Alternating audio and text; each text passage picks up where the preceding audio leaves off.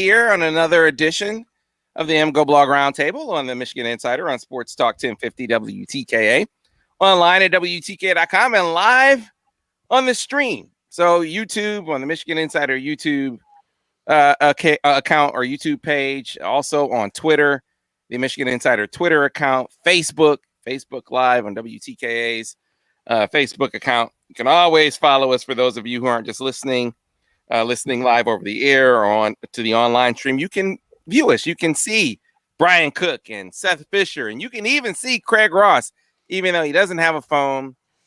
He does not have a Twitter account. He does not know how to use the library. He knows how to use the video stream. So he is with us. Don't tell Rich Reddy that, please. I love Rich Reddy. Don't tell him that. So. But guys, I mean, we finally to the point where we can start talking about or previewing games, actual games that are going to be played. We're back on next week. Knocking on wood, we'll be talking about games that have been played. I'm curious what you thought of the decision. I think you guys alluded to this possibility last week, at least.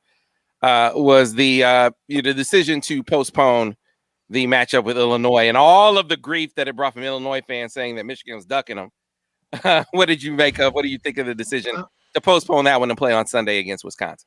I asked my brother a bit about this one because I was getting emails saying, "Hey, what's the big deal? Nobody is testing positive within the Michigan basketball program, so far as we know.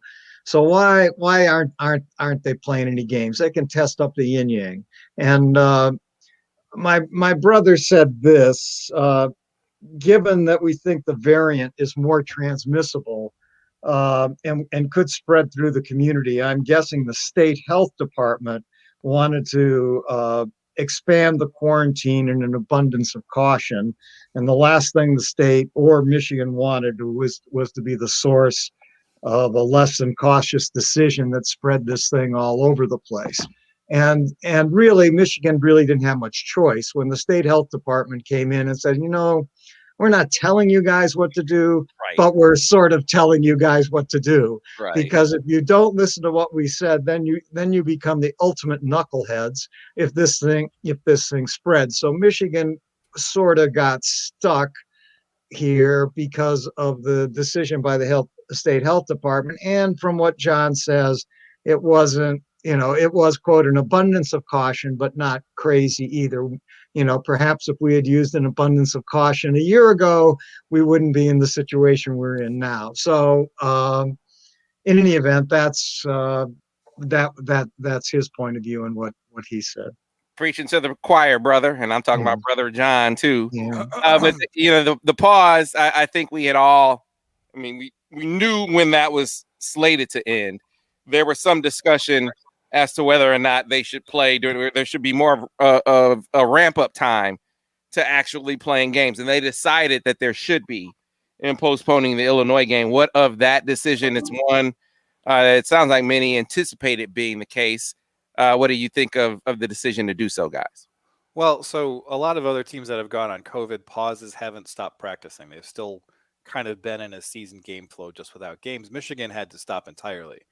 And, if you come back and you've been doing things other than playing basketball, you're at a higher risk for muscle injuries.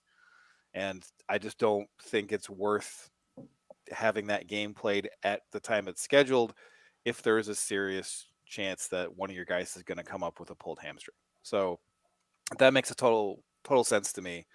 Nobody's ducking Illinois. Didn't they lose to Rutgers or something? Nobody's ducking Illinois.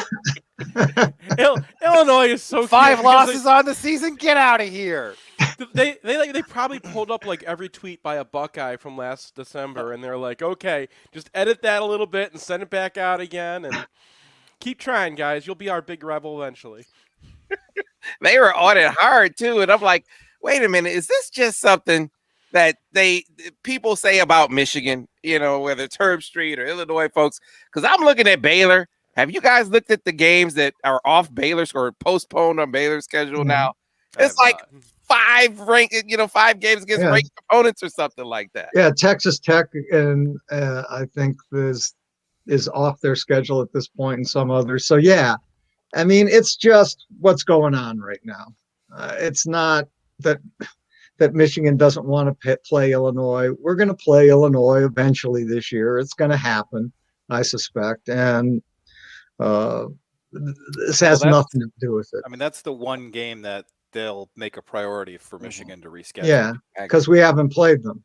Right, and everybody, the other 5 games that other 4 games Michigan have to make up, they either have a game scheduled in the future with Indiana or Michigan State, or they've already played Penn State and Northwestern. So right. Yeah, I mean, I didn't hear Penn State and Northwestern say we were ducking them, by the way. And if anyone saw Northwestern last night, oh my goodness. What has happened to them? You got they were in a double RP game. Yeah. Wow. They were hit. Go ahead, Brian. I mean, they had kind of the one-trick pony with Nance as the 5 that I think caught people by surprise. But now that you're used to it, you know what's coming. They don't really have the diversity to maintain that. It's like a Rich Rod first half. They do some good stuff and then they're done at halftime. Well, I mean, and they also have this guy Chase Audige, who unbelievable. I mean, so fun though. So fun to watch. he is unbelievable, because the truth is he has some ability to play basketball, but what is in his head, I have no idea, because he just does the craziest stuff minute after minute on a basketball court that I've ever seen. I've never seen a guy get so little out of the ability that he has. And he seems like the team is uncoached. Plus, they were up by about 6, I think, with a minute to go in the first overtime, I think. And then they decided, oh, we're ahead by 6. We don't actually have to shoot the ball the rest of the game. And they didn't. And it went into a second overtime, which they lost. I mean, really, what is going on there? That team is not completely bankrupt of talent, but they are. I think Juwan kind of showed everybody how to beat them, which is just let Robbie Barron alone and use your forward guard to guard to guard Nance at the when he's shooting out 5. And now they're not a 5-out team anymore, and they're back to being everybody else, and they just can't shoot like anybody else. Yeah, I mean, meanwhile, the team that's really come along since Michigan has been off has been Ohio State. So that's where exactly, Craig, you've been doing this for a while. You may not know how to do the library, but you know how to do a radio show, man. Sure. Ohio State, it's not just who they're beating, guys. Yeah. It's where they're beating them. I know this is not a typical year on the road. You aren't facing road crowds. The road venues aren't as intimidating. But they went to Rutgers and gave them an L. They went to Illinois, gave them an L. They went to Wisconsin, gave them an L. Went to Iowa, gave them an L. And now they're number 4 in the country, 5 straight victories. This squad is, I know we talked about them a little bit last week, but what do you make of how successful they've been on the road and suddenly being in the top 5 nationally? I mean, to me, it doesn't make any sense. You look at that roster, you got nobody over 6'8". You're running out on no shoot for the whole game. Your point guard is iffy and has missed some games. Like, Dwayne Washington is a good or bad shots guy, but he's not, an elite offensive player. Justice Suing is kind of in the same boat where it's like, yeah, he's a good Big Ten player. But I think they have the number 4 offensive efficiency in the country, which I don't know where that comes from. I mean, you can look at the stats. They don't turn the ball over. They shoot it reasonably well. They get to the line a lot. They're really great at the line. But yeah, you look at this team and they are more than the sum of their parts. Like, if Chris Holtman ever recruits at a Fed model like level, that's where they're going to be at again. He's a really good coach. I do think that there's a little something to, Ohio State's been a little bit fortunate. They're not running away with these games. And so you'd expect them to have dropped one of them. It's not their efficiency margin is pretty good, but it's not out of this world. And then they get Iowa without CJ Frederick. Iowa gets Frederick back. They have a 10-point win over Rutgers. That win over Rutgers, they lose Miles Johnson, and then their backup center is out of that game. And Rutgers, in those 2 games when Miles Johnson is playing, they're better than Ohio State, but they have foul trouble in both games for Johnson, and that's when Ohio State runs away and hides. So I think that there's something there where you can, if you can play some defense, you can get after them at the center if you have a Hunter Dickinson. And I feel like still relatively confident about that game, but yeah, they've come out of nowhere. Chris Holtman might be coach of the year. Yeah, I agree with most of that, especially the Holtman piece. I mean, we said that the last year or two that we had a high regard for his ability to coach, and unlike Northwestern, which seems to be like a bunch of throwdown guys, just what are you doing? This team, this Ohio State team, is really focused and really plays together.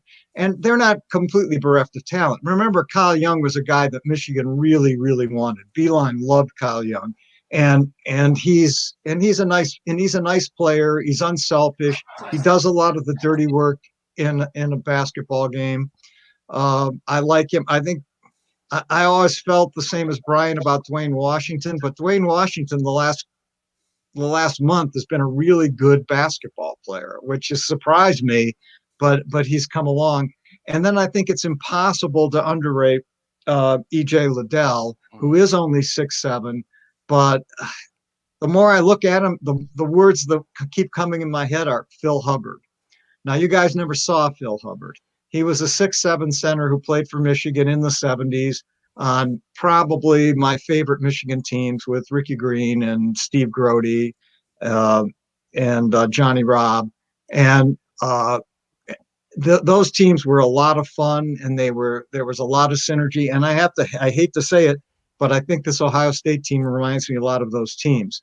That they have some limitations, particularly at point guard, but the guy at point guard isn't that bad either. I mean, he's coming along, and they're a real team. They've won 8 of their last 9.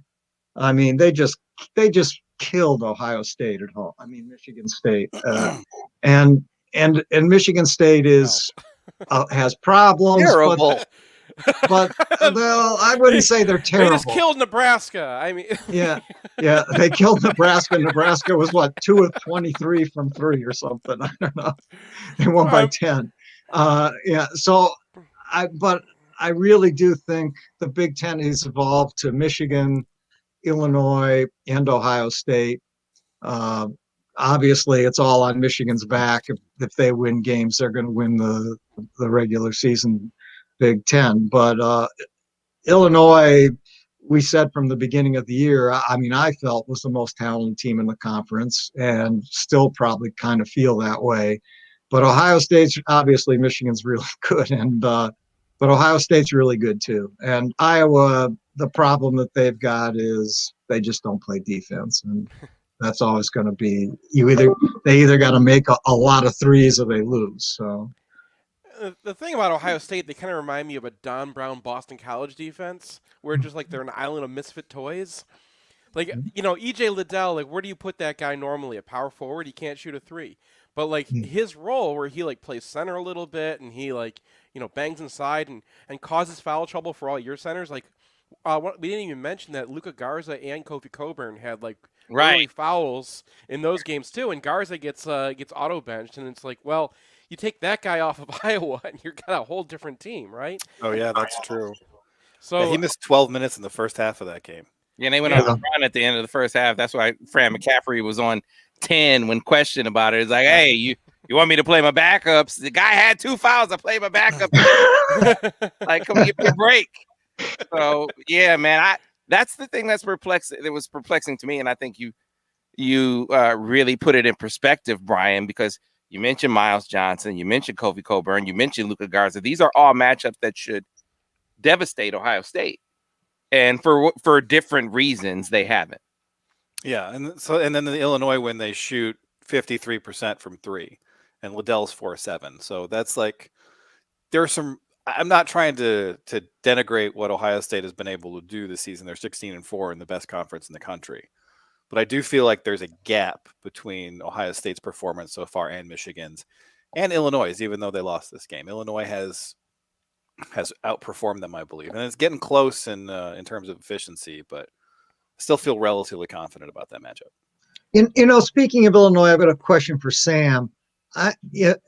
I've watched them quite a bit, and DeSomu, who's phenomenal, cannot go to his left.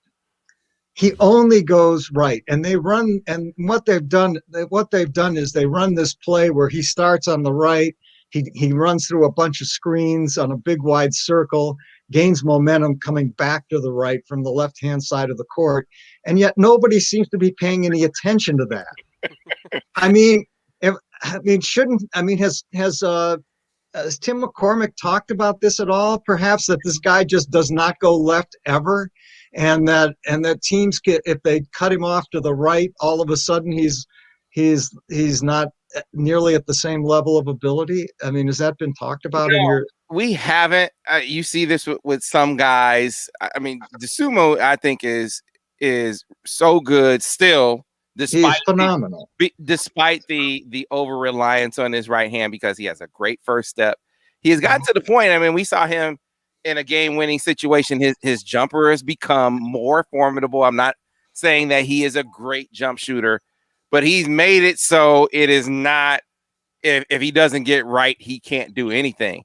But what you're talking about, Craig, is he's facing guys at the college level.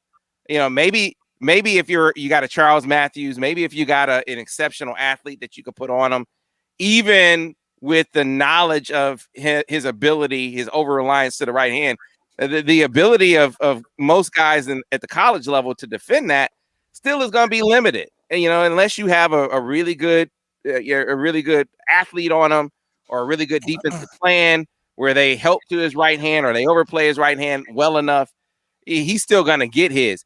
It's the limiting factor for him as a pro prospect. Make no mistake. I think if Ayu Dosunmu had a left hand, he'd be in the pros right now.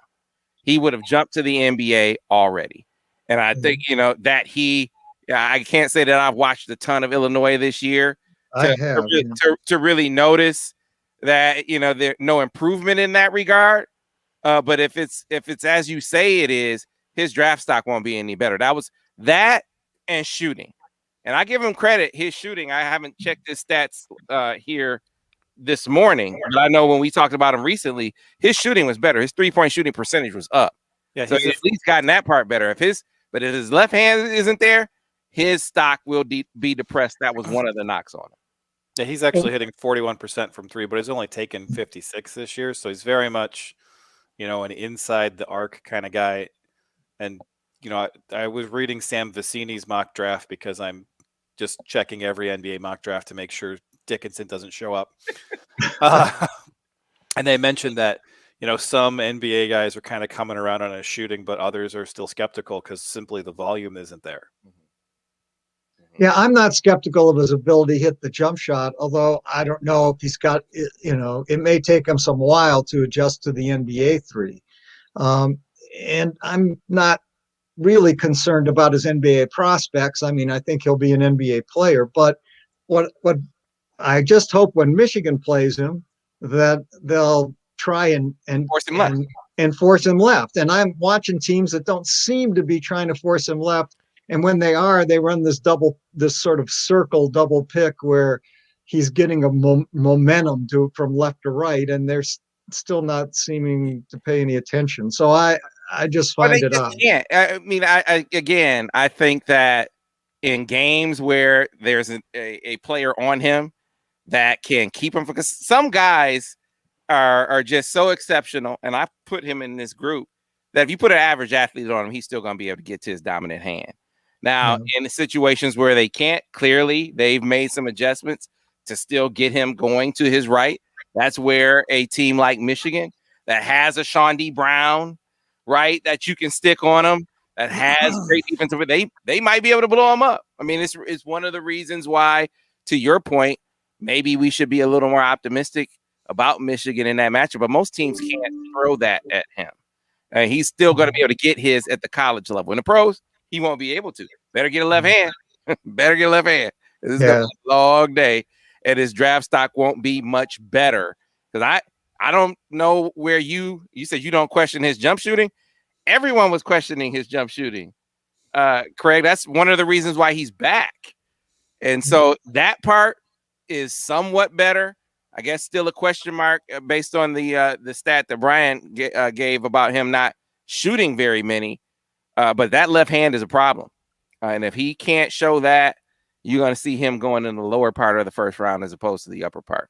I mean, meanwhile, I'm sorry, Sam. Meanwhile, he and Garza are considered, one of the two, the player of the year in the Big Ten.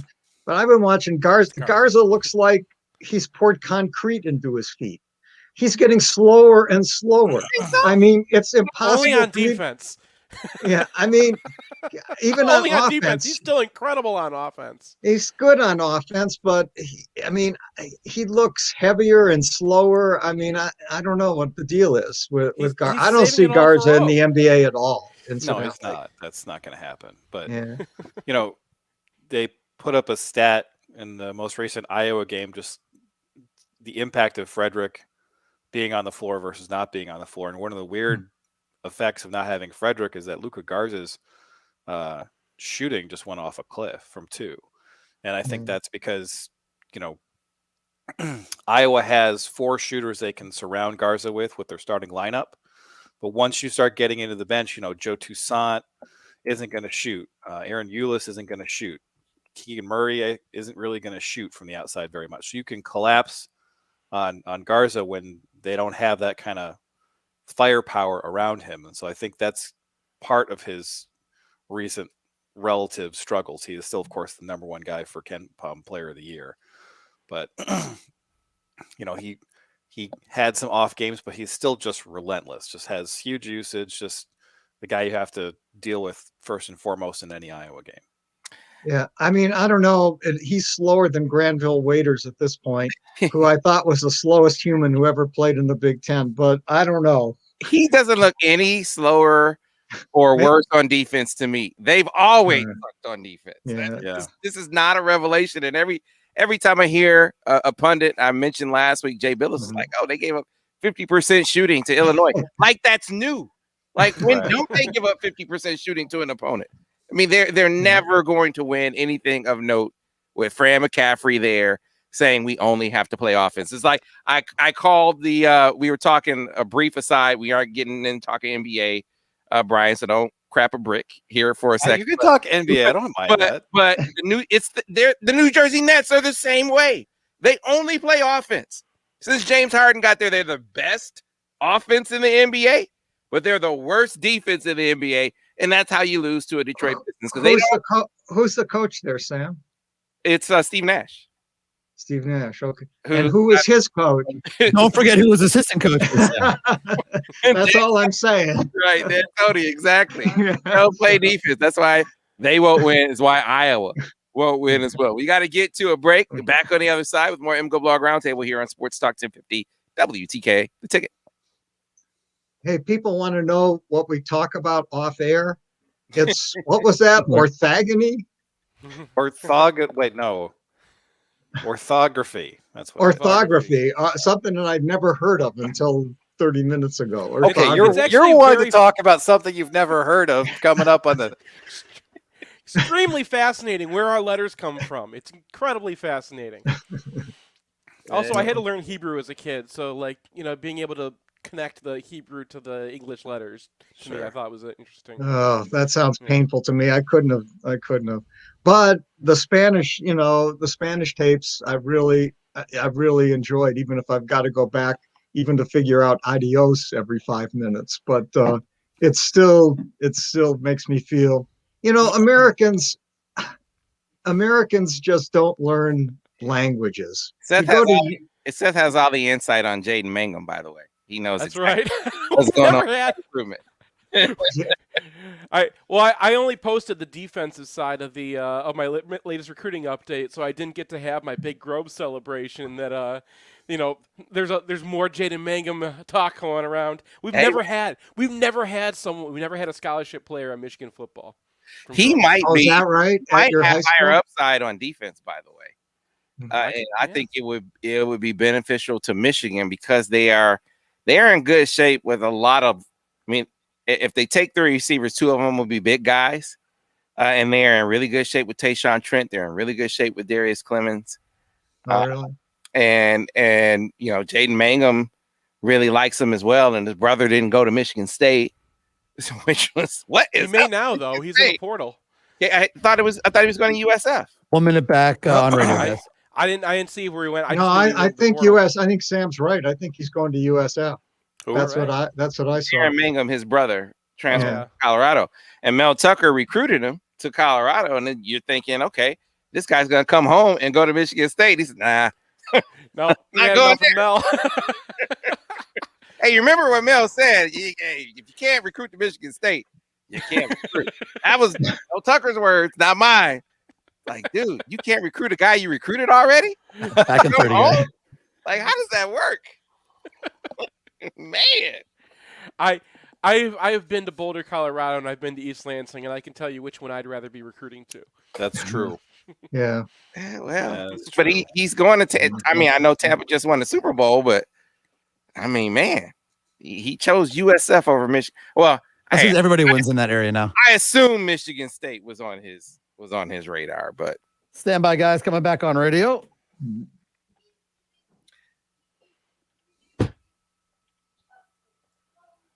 And we are back on radio in 5, 4, 3.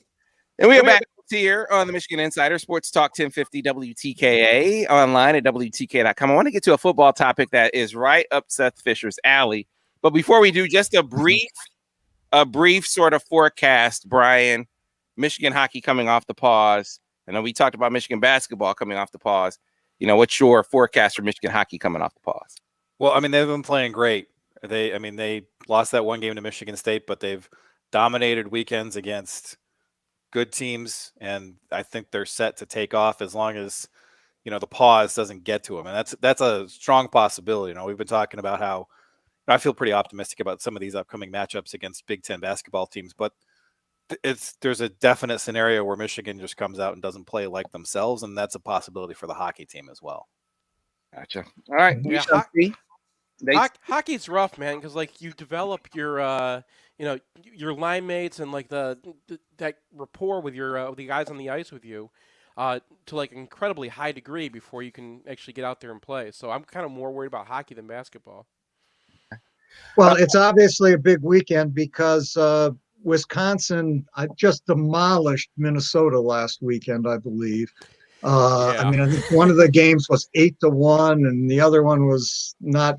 It was 4-1, and it was almost more dominant than the 8-1 game. Yeah, and so Wisconsin is really loaded with talent. They may have beat them earlier in the year, though. Pardon me? Yeah, Michigan did beat them earlier. Yeah, we beat them there. Yeah, they were without a star. I forget what his name is. They had a guy who was at the Canada World Junior Camp, who's going to be a first rounder. So that's going to definitely be a boost for them. On the other hand, Michigan swept Notre Dame right before the pause, and they were also coming off a sweep of Minnesota. So I think, right. I have all kinds of respect for Wisconsin's talent level, but I think Corey Pronman of The Athletic just put out his latest mock draft, has current Wolverines at 2, 3, and 5, and incoming defenseman Luke Hughes is number 1 overall. So, yeah, if that happens. Yeah, well, Michigan is loaded. There's no question about that. I mean, they're very young. I think they're the youngest team in college hockey right now. Maybe Minnesota's close. Yeah, there's 1 or 2 that are actually a little bit younger. But in terms of talent, there's no question there. Hopefully they'll do it this weekend. Because really, if Michigan continues on their roll, they still can win the conference at this point. They're behind Wisconsin by a few points, but they've got 2 games in hand, and they still have Minnesota to play yet also. So, right. All right. So I mentioned wanting to get into a football topic that is up Seth Fisher's alley. Now I want to qualify the discussion a bit, saying we're projecting somewhat. When it comes to what Michigan will be defensively, really grabbing from what the Ravens do mostly. But if you have sort of done some feeling around on the topic, that definitely they're bringing a lot of Ravens principles to the table with them. They're going to borrow from Todd Grantham. Not quite sure, what influence Mo Linguist is going to have yet, but it's going to be a hodgepodge of sorts. But assuming, but for the purposes of this argument, that they bring with them the Ravens scheme. Here's the question. On Michigan's current roster, what player would you pick out? Who benefits the most from the change to this defense? And I know you've looked at it pretty hard, Seth, so we'll start with you and what you see in the Ravens defense, and then sort of applying it to Michigan's current roster, the guys currently here, who maybe will benefit most from the switch. I mean, if they have a nose tackle, Chris Hinton is going to blow up in this defense.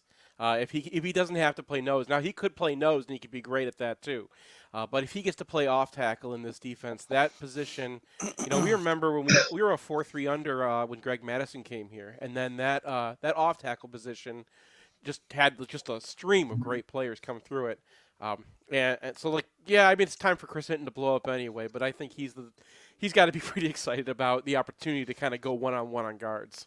Yeah, it's funny you mentioned if he plays nose tackle, and I just don't know. They don't have a lot of options, guys. I mean, he might have to, and when I say have to, it makes it sound like he can't, because I think you make a great point, Seth. He could be really good there if he adds weight, and so the talk has been that they're going to let him get back to his quote natural weight, that he's likely to play at 315 plus this year.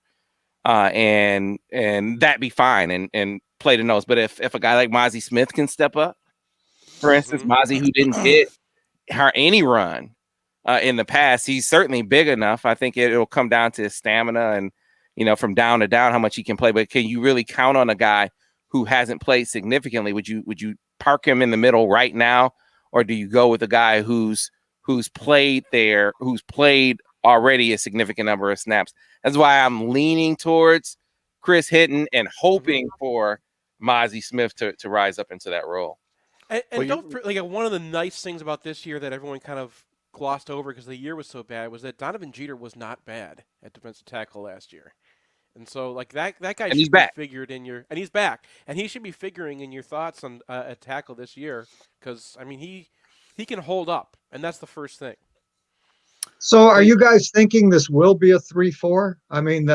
Is that? I'm thinking that there will be a base three. Or is it multiple. I mean, they aren't going to come out and that just be what they are all the time. No, but will it be there? I think it'll be their base, yeah. You were saying, Brian? Well, so you need two nose tackles, right? I mean, there's no way around that. So, you're talking about either or, I think both are going to have to play there, and we'll see about Jeter. The guy who kind of jumps out to me is Julius Welschoff, because if you have a real nose tackle who can absorb double teams, Welschoff is an athlete who showed flashes, especially in pass rush last year, but didn't have the technique to hold up doubles very well. So if you have a guy who is demanding those and he gets more single blocking, that's a place where I think he could make a big step forward. I'm going to go off the grid and a couple of guys that we haven't heard very much from at all, but just their body types and athleticism. If we're looking at the Ravens and how successful Matt Judon was, and I'm a huge Matt Judon fan, coming out of high school, Michigan just couldn't. I mean, hell, Eastern couldn't get him in, which is how he wound up at Grand Valley. But I'm looking at two guys. I'm looking at David Ajabo, and I'm looking at the kid from Jalen Harrell. Two guys that have that body type, that can be that sort of linebacker that can come off the edge, give you some pressure, be really effective in the run game, that hybrid guy, that outside linebacker in a 3-4 defense. I think those are two guys that jump out to me because they're the only two like them on this roster. And you got to believe that McDonald came in and said, man, yeah, this is what I'm looking for. Now, they haven't played, they haven't proven anything, but just how they look, got to believe that those are two guys they're going to try to get something from this year. Yeah, for me, and it has nothing to do with scheme. It's just what I saw was high school tape. The kid from Erasmus, is that Mohan? Oh, yeah. Yes. Yeah. I just, when I looked at his high school tape, I just thought he was so incredibly instinctive. And it seemed to me in a 3-4, there might be more of a place for him. And he really is good at dodging guys. at the line, dodging offensive linemen at the line of scrimmage and finding the ball. At least in high school, he was, and so. I'm still optimistic, or I am optimistic about him. And in a 3-4, there may be some place for easier place to piece him in. But I think it's a great pick. I just don't know what he is. yeah, that's my question, right? I mean, I don't know what he is. I don't know what they're going to call it, but he's a Viper, right? And every defense has one now. Yeah, every defense.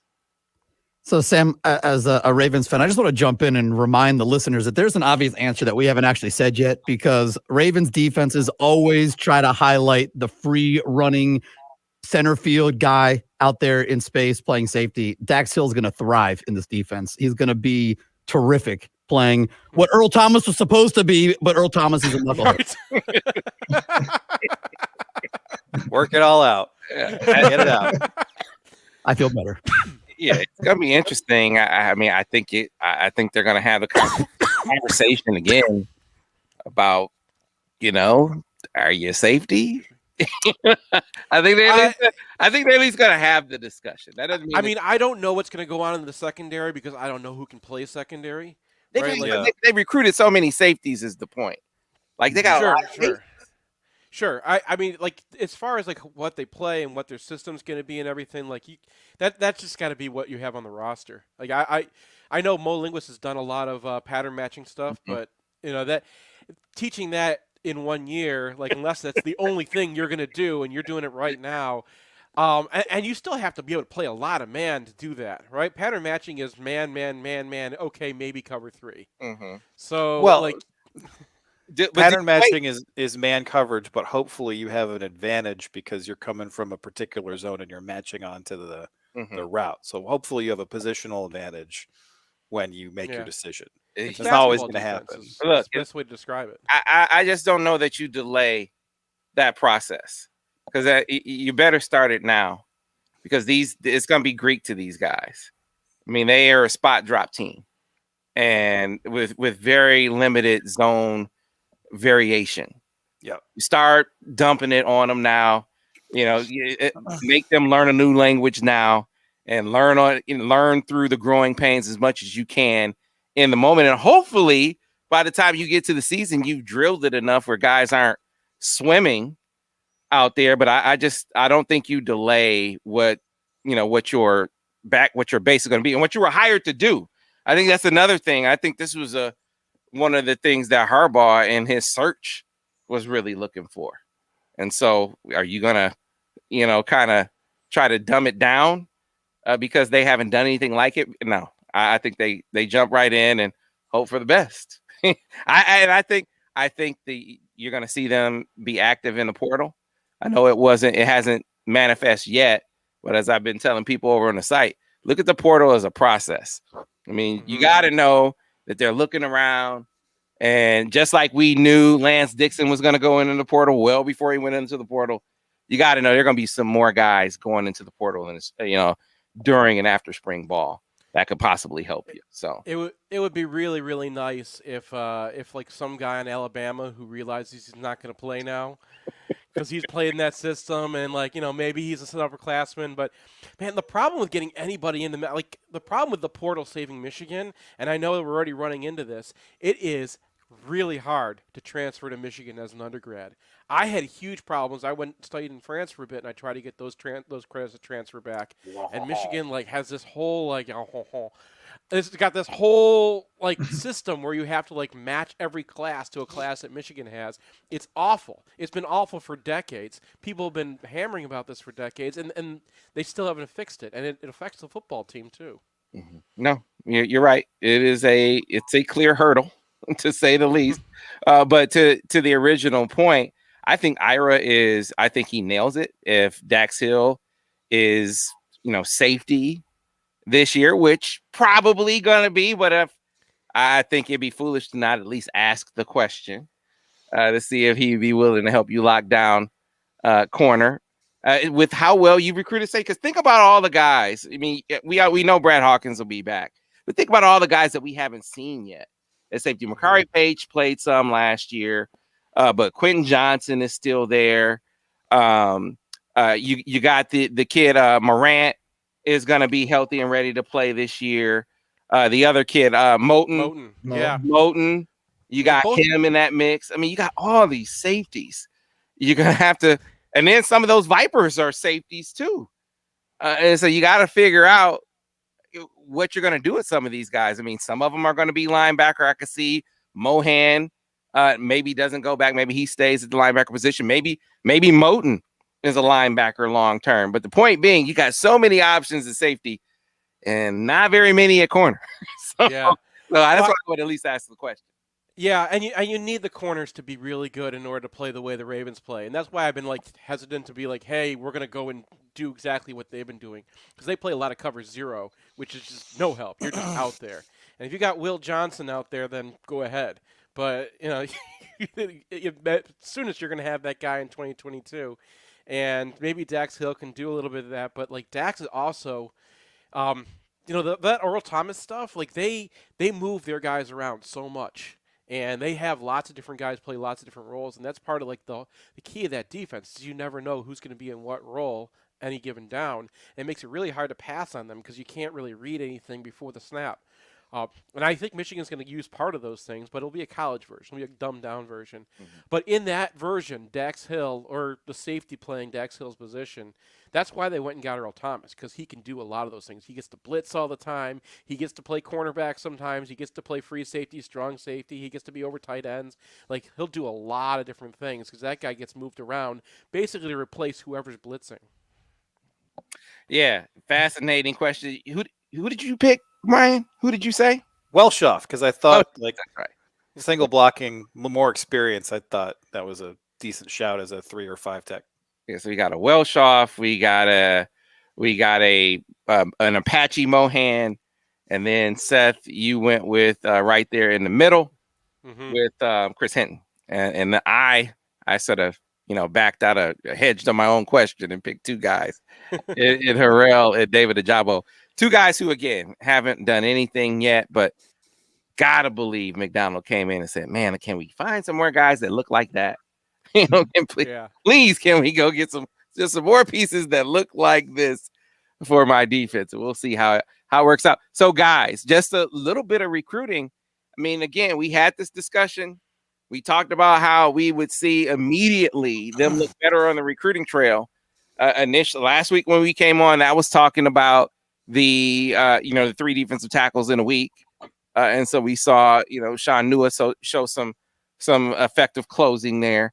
But then, the next day, and this was really, really, guys, I had talked to Cody Jones's dad the week before, and he was like, my son, he really likes Michigan. Things are open now with the firings at Tennessee, and we got to check Michigan out. But he didn't say that they were on the verge of making a decision. And then Thursday, I get a text from him saying it's going down tomorrow. Man, both he and Taylor Groves in the fold, and we're seeing it. Whether it's Mo Linguist in that case, I mean, across the board, just really feeling these guys on the recruiting trail more. I'm curious you guys' impressions thus far. Yeah, the rapidity with which that happened.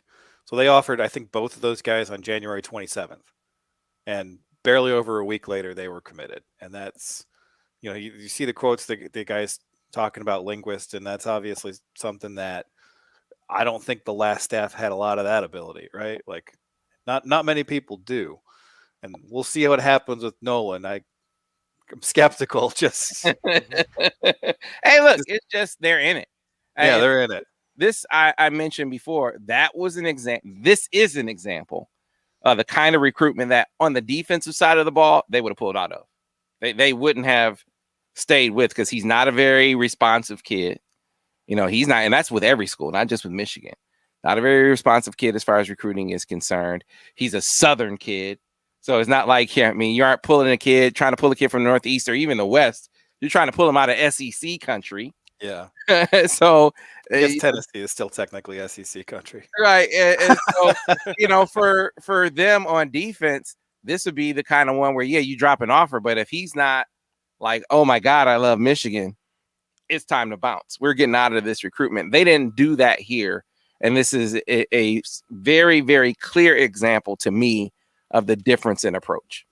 Well, and it seems I'm sorry. It just seems like it's so smart to be in Tennessee anyway, right? Because you're not going to really competing in the main with University of Tennessee in the short run. I don't think. And so why not be in Tennessee where the home school doesn't really have an advantage at the moment?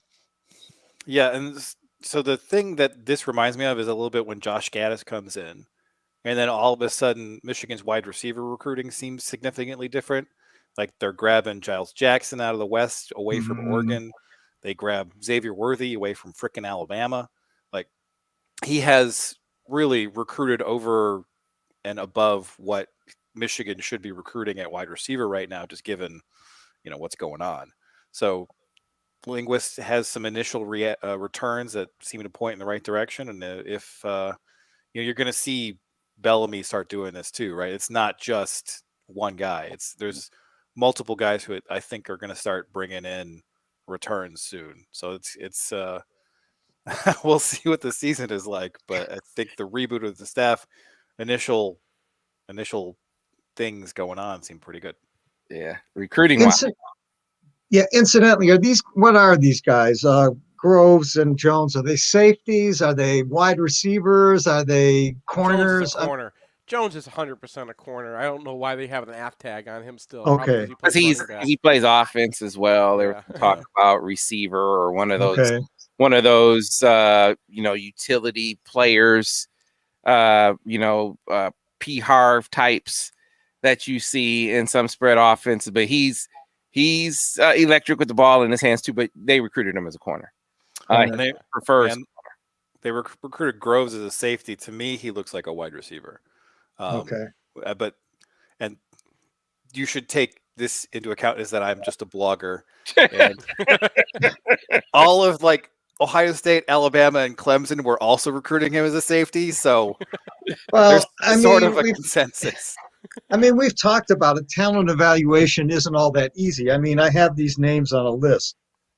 Giovanni Carmazzi. Do you know who that is? No. How about Spurgeon Wynn? I remember Spurgeon Wynn. He got drafted before Tom Brady. So did Giovanni Carmazzi. So did Chris Redmond, T. Martin, Mark Bulger, and Chad Pennington. So, and that's the NFL. And those are quarterbacks who went before Tom Brady. So talent evaluation obviously is so don't just say, hey, I'm just a blogger, right? Not an exact science for sure. I should get $1 from the universe for figuring that out. Yeah. I'll give you $1. Hey, do you guys have any update? I suppose I should have an update on this as well, but I haven't checked. People have been asking, hey, is Al Washington, is he leaving Ohio State? Have you guys seen anything on that? Tennessee, we've been talking about Tennessee, looking at him as the DC, and Ohio State's been trying to keep him in the fold there. Him leaving Ohio State be a good thing for Michigan. I think I saw that he has decided to stay. He has decided to stay. Damn it, Al. I stay. Who's going to go to Tennessee right now? You're just asking for it. Well, hey, man, it's a chance to DC though. Yeah, and it might be a good opportunity for him actually, because when you go to a program that's essentially sinking, expectations are low, and so there's some upside to that, and heck, Tennessee should offer him the head coaching job. Then he would go. They already offered someone that. Who did?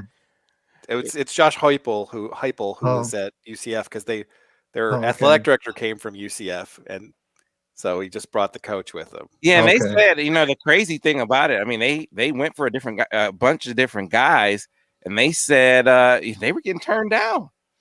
Well, they had 30 guys leave the team over the past year, and they're about to get hit with recruiting sanctions because they were giving people money in McDonald's bags. Literal McDonald's bags. Right. I mean, I would be cautious about taking that job, especially given everything surrounding that program. There is an athletic article about the 30 craziest things that have happened in Tennessee in the past 15 years, and it's pretty crazy. A wild list. Yeah. Well, fellas, it is always an absolute blast. And next week when we come back on, we will be having We will have games that we can talk about. It's just feels like forever. Looking forward to that. But did a great job in the absence of games. So appreciate you guys, as do all of our viewers on Facebook Live, YouTube, and Twitter. Back next week with the MGoBlog Roundtable. And of course, tomorrow it'll be Ira and Miz here holding it down on the Michigan Insider, as I got some work to do on the home front. So that'll do it for me this week. I'll be back next week. Ira and Miz back tomorrow here on Michigan Insider on Sports Talk 1050 WTK, the ticket, the official voice of University of Michigan Sports, Ann Arbor, a Cumulus station. So